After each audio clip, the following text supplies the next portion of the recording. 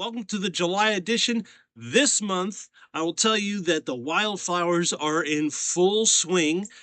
We are probably going to be finishing up our main summer flow here in the next couple weeks as we start to get into late summer and early fall. So this is the honey ripening season, and so I'll also talk about what I'm doing as a beekeeper to manage the ripening of that honey. Now, I can tell you the bees are spread out. They are all over the place.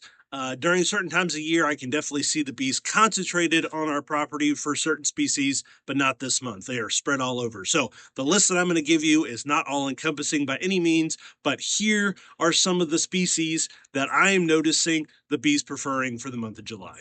If you have been following along with this series, and I bet you can guess the first one, that's right, it's white clover. Anytime these little white flowers are popping up in the yard, the bees are always checking them out. And so this seems to continue to be a favorite even through the month of July. The next species that continues to be a favorite is butterfly weed. And I'm sure there's other milkweed that is also finishing up their bloom. But most of our milkweeds are starting to get their pods. We have a handful of late bloomers, and the bees seem to enjoy that. Now, a couple of new species that I've noticed on the property that the bees are checking out. The first one is purple poppy mallow. Yeah, say purple poppy mallow 3 times fast.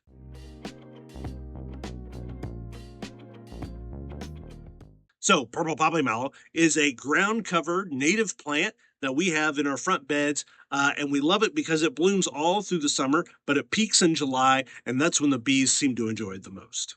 The last flower that's now just starting to come into bloom and will continue to bloom in August and even early September are sunflowers. Sunflowers will continue to grow in favoritism with the bees as the summer wildflowers die down, and these domestic sunflowers start to really peak in August and the beginning of September. Now, from a bee management standpoint, all I am doing is checking to see if I need to add any honey boxes. I had one hive I needed to requeen, but outside of that, I'm not really getting into the hives because I want the bees to do their work so that we have wonderful ripe honey that we've been waiting all year for. When I add a honey box, I add it underneath the old honey box that's almost full so that the bees can just dump their nectar into that new box. That will help prevent backfilling of the brood chamber. Bees are lazy just like us, and when they bring home groceries, they just want to dump it on the counter that's closest. That brand new honey box is going to give a lot of surface area for bringing new nectar in to ripen and dry out, and that's also going to give the bees access to the old honey box to finish it out as well.